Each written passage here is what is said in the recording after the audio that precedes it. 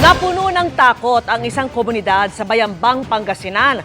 Ang ilang residente raw kasi roon, binubulabog ng malalakas na katok sa kanilang mga bahay tuwing madaling araw. Inimbestigahan agad yan ng otoridad at nakatutok si Claire Lacanilao ng GMA Regional TV 1 North Central Luzon. May kakaibang pinangangambahan ang mga residente sa bayan ng Bayambang, Pangasinan. Kwento ng 49 anyos na si Maria, di niya tunay na pangalan. Dakong 3:00 ng madaling araw habang natutulog ang kanyang pamilya. Binulabog daw sila ng malakas na katok sa pinto. Kaya nabigla po ako. Kala ko anak ko. Ginising ko yung anak ko na grade 4 para tignan. Pero hindi siya tumayo agad, ma'am. Nung lumabas siya, tapos binuksan niya, sabi niya walang tao. Bilang pag-iingat, naglagay na sila ng karagdagang lock sa kani-kanilang mga pinto.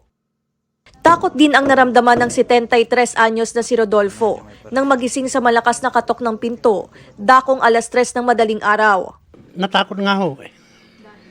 Dahil baka may masamang intensyon, buksan na yung pinto. Mayroon nang nangyayari dyan sa kabilang barangay na kung ano-ano raw ang ginagawa nila, may nanakawan daw. Kaya ganun, matatakot kami. Kumalat ang insidente sa social media, kaya nagdulot din ng takot sa iba pang mga residente. Sa investigasyon ng otoridad, nalaman na ang kumakatok sa 10 oras ng gabi, isang residente mula sa Karatig Bayan na may sakit umano sa pag-iisip.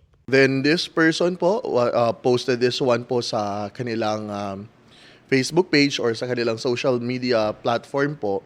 Then may iba pong mga kabataan na sumakay doon sa or nag-ride on doon po sa kwento na yon. Nananawagan ang mga opisyal ng Bayambang na huwag magpakalat ng maling impormasyon sa social media. We will ensure that we will implement the law. Inaayos na po namin yung iba na mga nagpo-post at nagpapakalat po ng kung ano-ano mga photos. Para sa GMA Integrated News, Claire Lacanilao ng GMA Regional TV 1 North Central Luzon, nakatutok 24 oras. Maghanda na sa mas mainit pang panahon dahil posible raw na mapaaga ang pagtatapos ng amihan ngayong taon. Ayon po yan sa Pag-asa. Patuloy din daw nating mararamdaman ang epekto ng El Nino sa mga susunod na buwan. Kaya naman ang isang eksperto nagbabala kaugnay sa mga sakit na pwedeng makuha kapag mainit. Nakatutok si Ivan Mayrina. Init na ba kayo? Amihan season pa rin pero sabi ng Pag-asa mahina ito sa ngayon. Posible pa rin daw yung muling lumakas pero bilang na rin ang araw niyan. Noong nakaraang taon, March 21, opisyal na nagtapos ang amihan. Ngayong taon, posible raw yung mas mapaaga ayon sa Pag-asa. Maka earlier than March 21 o earlier nung nakaraang taon nung tayo ay nagdeklara ng termination ng amihan. So anytime mga pagdating po ng Marso. Ngayong Pebrero ang peak ng El Nino kung kailan pinakamainit ang karagatang Pasipiko. Sa mga susunod na buwan, lalamig ang temperatura ng karagatan pero patuloy nating mararamdaman ang epekto nito. Patindi pa lang yung magiging epekto nito sa atin. March, April, May, may mga areas pa rin po na pagdating ng June, may mga lugar pa rin po na meron pa rin mga kabawasan sa tubig ulan. Mas mababa pa rin kaysa sa karaniwan ng dami ng ulan sa hilagat gitnang Luzon, Palawan at Mindoro at Central Visayas. At kung sa mga nakalipas sa buwan ay malalakas ang ulan sa malaking bahagi ng Mindanao, mas kaunti ang ulan sa Mayo. Paano naman tayo sa tag-init? Yung pong ating mainit ay tag-init ay magiging mas mainit na tag-init. Batay sa forecast ng Pag-asa, may mga lugar sa bansa na mas mainit kaysa sa karaniwan sa Marso at Abril. Pagdating ng Mayo, mas maraming lugar ang mas mainit kaysa sa normal, lalo na sa bandang Central at Southern Luzon. Nagbabala naman ang infectious disease expert na mga karaniwang sakit tuwing tag-init, tulad ng food at waterborne diseases. Lalo't mas mabilis mapanis ang pagkain kapag mainit. Yung mga pagkain na hindi maganda ang pagka-prepare because of the lack of water, hindi maganda ang storage. Isa yan sa pinaka-common, no? Para naman maiwasan ang heat stroke, uminom ng 8 hanggang 10 baso ng tubig kada araw at umiwas sa paglabas sa initan. Banta pa rin daw ang vector-borne diseases o mga sakit na dala ng lamok tulad ng dengue at malaria, kaya't siguruhing takpan ang mga imbakan ng tubig. May banta rin daw ang El Nino sa food supply na maaaring magdulot ng malnutrisyon. Kaya patuloy daw na piliin ang mga mas mura pero masustansyang alternatibo. Para sa GMA Integrated News, Ivan Mayrina, nakatutok, 24 oras.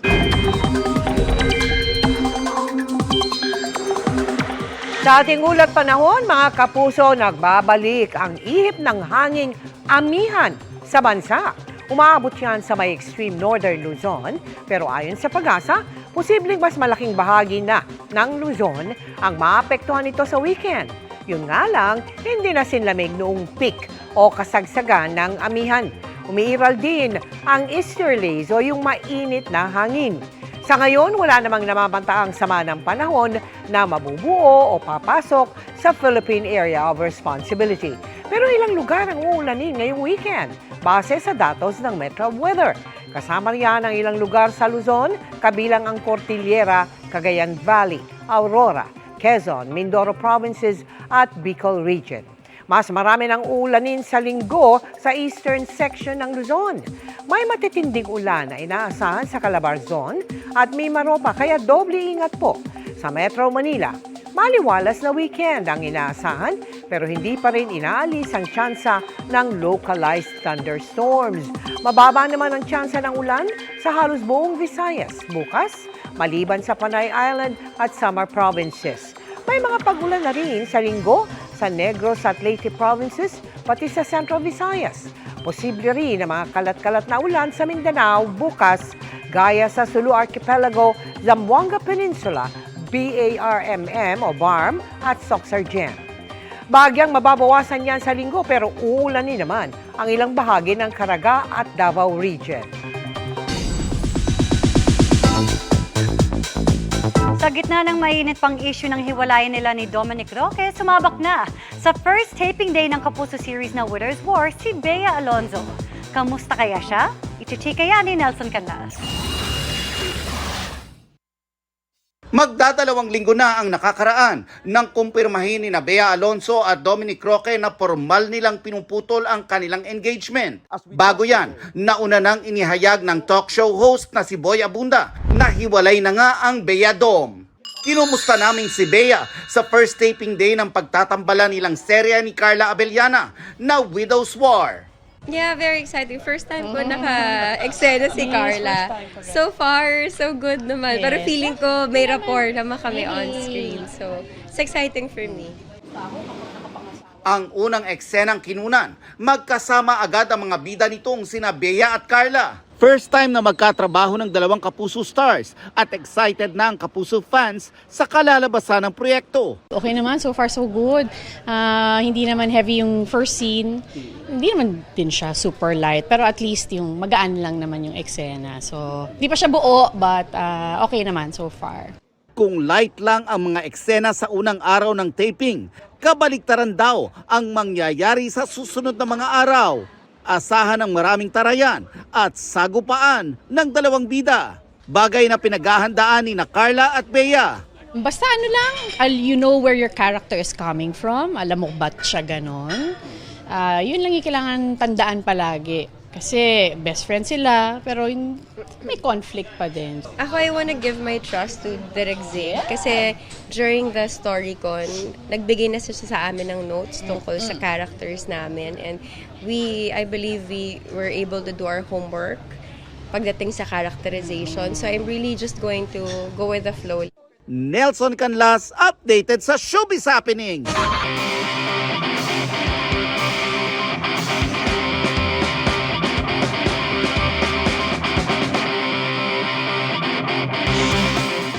Surfing their way sa larangan ng water sport na windsurfing ang 14 at 16-year-old Pinays na nag-uwi kamakailan ng isang parangal mula sa isang international competition sa Thailand. Let's change the game at kumasa sa challenge na tila pinagsamang surfing at sailing kasama sila.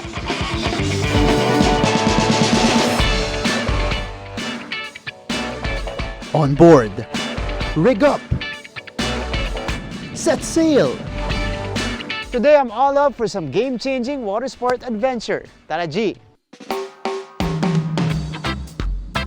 Isang klase ng surface water sport ang windsurfing na para bang collab ng surfing and sailing.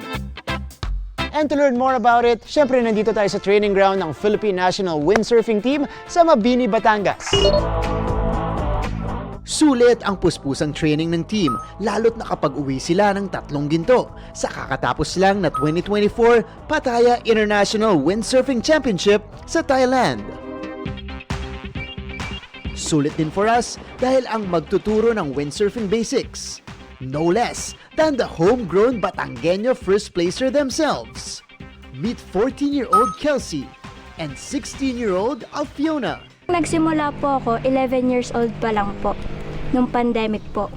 Nagpursigit po kasi talaga ako kasi nangako po ako nun sa mami ko na magiging Philippine team ako. Kailan mo natupad yung promise na yan? Nung 2023 po, March. Bakit mo re-recommend yung pag-windsurf sa mga Pinoy? Masaya po to, pati parang pong dito po kayo makakaranas ng freedom. Dito mo po masusubok yung lakas mo tsaka yung parang consistent. Time check! Windsurfing 101 na! So, ito po yung board na tinatawag at yun po yung rig. Kapag magtataas po ng sail, naka-bend po yung knees.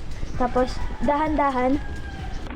Na-introduce na tayo sa windsurfing board. Tignan natin how I will fare dito sa actual.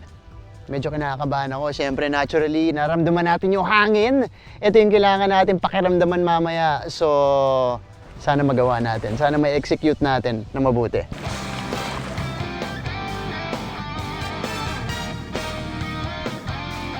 Ano ko na, na-anticipate ko na magsastruggle ako sa balance, magsastruggle ako sa anticipation ng wind, sa control. Ibang klase yung experience kapag nagsisail ka na. Kasi ang pinapakiramdaman mo, yung hangin. Silang beses din tayong bumagsak. Tanggap natin yun, syempre. Kinalaunan, mabilis na tayong nakakatayo, mabilis na tayong naiangat ulit yung sail. Sobrang saya nung experience. Ito, pakiramdam ko, babalikan ko para gawin ulit. So there you go mga kapuso, that is our windsurfing experience kasama ang pinakamagagaling ang mga kampiyon na windsurfers dito sa bansa. So kung gusto nyong subukan itong bagong activity na to ngayong summer, go ahead, try this challenging water sport adventure. Para sa GMA Integrated News, ako si Martin Javier, changing the game! Ibinasura ng korte ang mosyon ng prosekusyon laban sa pagpayag na makapagpiyansa ang mga akusado sa pagkawala ng 6 na sabongero sa Maynila. Ang Justice Department, pinag-aaralan na raw na iapela ang desisyon. At nakatutok si Salima Refran, exclusive. Denied for lack of merit ang motion for reconsideration ng panel of prosecutors na kumekwestiyon sa pagpayag ng Manila RTC Branch 40 na makapagpiyansa ang mga akusado sa pagkawala ng 6 na sabongero sa Manila Arena noong Enero 2022. Sa 7 pahin ng desisyon ng korte, sinabi ng korte na wala raw itong nakitang dahilan para makumbinsing baligtarin ang naunang desisyon. Masinsina na rin daw natalakay ang mga argumento ng prosekusyon noon. Hindi pa rin kumbinsido ang korte na napatunayan ng prosecution na nagkaroon ng pamimwersa doon sa pagkuha doon sa mga tao o nakita man lang na sila yung magkakasama hanggang doon sa paglabas nila ng Manila Arena.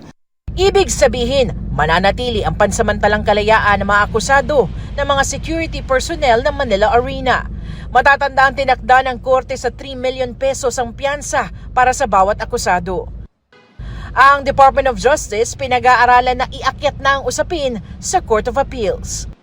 To study the possibility of bringing it up on certiorari. Up until now, no, considering na ang huling nakitang kasama nitong mga nawawalang mga sabongero ay yung mga tauhan, yung mga akusado at that time, at hanggang sa ngayon, hindi pa rin sila natatagpuan, hindi pa rin sila nakikita. Sinusubukan pa namin kunan ng pahayag ang pamilya ng mga nawawalang sabongero. May mensahe naman sa kanila ang Department of Justice. Hindi po natin titigilan yung pag-uusig nitong kaso na to hanggang sa huli, no, ilalaban natin itong kaso na to at gagawin natin lahat ng pwede natin gawin para ilahad sa korte kung ano nangyari dito sa mga biktima. Para sa GMA Integrated News, Salima Refran, nakatutok 24 oras. Naputulan man ang braso, hindi tumigil sa pagbabanat ng buto ang magsasakang nakilala namin sa Negros Oriental. Kabilang siya sa inanduga ng GMA Kapuso Foundation ng libreng arm and hand prosthesis.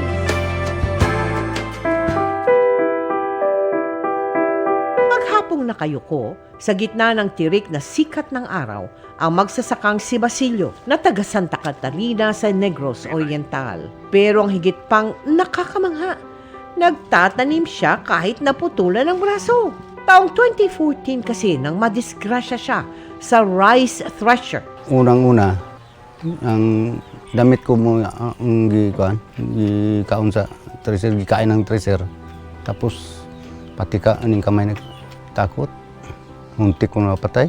Gayunman, di raw ito naging hadlang para itaguyod ang pamilya. Kabilang si Basilio sa 40 individual na nahandugan ng libreng arm and hand prosthesis sa Bacolod City ng LN4 Foundation na matagal ng katuwang ng GMA Kapuso Foundation. Hinandugan din natin siya ng grocery packs, mga kasuotan at sapatos. Masaya ako yung binigay niyo sa akin. Nabigyan din ng LN4 Foundation si Juvie na gaya ni Basilio na disgrasya rin sa rice thresher noong 1996. Pero ang disgrasya, tila naulit daw ng ang anak niyang si George. Naipit naman ang kamay sa meat grinder noong 2021. Masakit talaga. Mahirap. Pagsubok na siguro ng Ginoo. Pero okay lang. Tanggap rin. Sabihan ko siya. Sabi ko, huwag kang mag-alala. Kasi darating rin ang araw na makaahon ka rin. This prosthetic hand, it gives them hope na sila makakapagtrabaho uli. It may not be the same job that they did before, but they can do something else. There's life after amputation. Maraming salamat po at natulungan po kaming lahat. Sa mga nais magkaroon ng arm and hand prosthesis, mag-iwan ng mensahe na may kalakip na larawan sa official Facebook page ng GMA Kapuso Foundation sa ilalim ng Kapuso Kalusugan Konsulta. Sa mga nais tumulong, maaaring magdeposito sa aming bank account o magpadala sa Cebuana Lawilier. Pwede ring online via GCash, Shopee at Lazada. Hindi pa man tuluyang naapula ang kabi-kabilang forest fire sa Benguet. Nagkaroon naman ng grass fire sa lungsod ng Baguio kanina madaling araw. Nakatutok live si Jasmine Gabriel Galban ng GMA Regional TV, 1 North Central Luzon. Jasmine. Emil, sa ngayon tulong-tulong ng iba't ibang fire department para maapula ang forest fire sa iba't ibang bahagi ng Benguet. Pahirapan ang nagpapatuloy na pag-apula sa sunog sa mga kabundukan ng Benguet, gaya sa bayan ng Tuba na kinailangan pang maglakad ng mahigit 1 oras bago marating ng mga bombero ang nasusunog na bahagi. Sa ngayon, may 7 forest fires mula sa mga bayan ng Tuba, Itogon, Kabayan at Bocod. 4 na individual na ang nirescue ng BFP dahil sa banta ng makapal na usok. Going pa rin yung yung forest fire natin. Although control naman sa mga malalapit sa kabayan, sa mga tower. Sa monitoring ng BFP Cordillera, aabot na sa 1,000 hektaryang kabundukan ang nasusunog sa Benguet. Simula January 1 hanggang sa kasalukuyan, 63 forest fire na ang naitala sa Cordillera. Wala namang naitalang casualty at nadamay na bahay o gusali. Posibleng sanhi raw ang matinding init ng panahon. El Nino maybe has its effect po kasi nga sa sobrang init na po ng panahon, and then dry na dry po ang kalupaan natin, and yung mga grasses, mga trees is wala pong moisture. Isang grass fire naman ang sumiklab kaninang madaling araw sa bahagi ng Spring Hills, Luwakan, Apugan, Baguio City. Tumagal ng halos 1 oras bago naapula ang sunog na malapit sa kabahayan. Abot sa 1,000 square meters ang lawak ng sunog na inaalam pang pinagmulan. Bali 2 fire truck na po yung pinapunta natin para mag-respond dun sa reported na grass fire. Ayun nga, naapulan naman natin kaagad. Patuloy naman ang panawagan ng BFP sa publiko ng iba yung pag-iingat sa mga posibleng pagmula ng sunog, lalo pat kasagsagan ng pagdiriwang ng Panagbanga Festival kung saan 1,000,000 turista ang inaasahang makikisaya sa pagdiriwang. Ngayong weekend gaganapin ang Grand Parade ng Panagbanga Festival.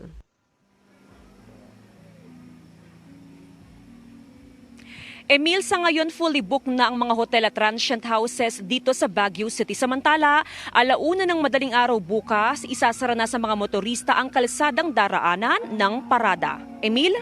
Maraming salamat, Jasmine Gabriel Galban ng GMA Regional TV, 1 North Central Luzon.